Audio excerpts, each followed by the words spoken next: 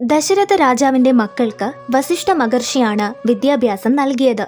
4 പേരും വളരെ ബുദ്ധിമാന്മാരായിരുന്നെങ്കിലും രാമനായിരുന്നു ഏറ്റവും മികച്ചവനും ഏറ്റവും ആരാധ്യനും.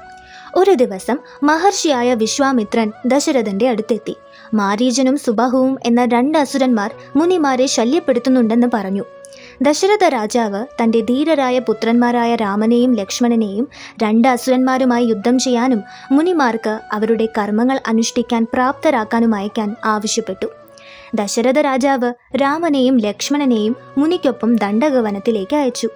ആചാരങ്ങൾ നടക്കുമ്പോൾ സഹോദരന്മാർ മുനിയുടെ കുടിലിനു പുറത്ത് കർശനമായ കാവൽ ഏർപ്പെടുത്തി. 5 ദിവസങ്ങൾക്ക് ശേഷം സമാധാനപരമായി. പക്ഷേ 6-ാം ദിവസം രാവിലെ ഒരു ഇടിമുഴക്കം കേട്ടു. ആകാശത്ത് മേഘാവൃതമായൊരു അസുര സൈന്യം അടുത്തു വരുന്നത് കാണാൻ എല്ലാവരും മുകളിലേക്ക് നോക്കി. രാമൻ മാരീചനെ ലക്ഷ്യമാക്കി കടലിലേക്ക് എറിഞ്ഞു.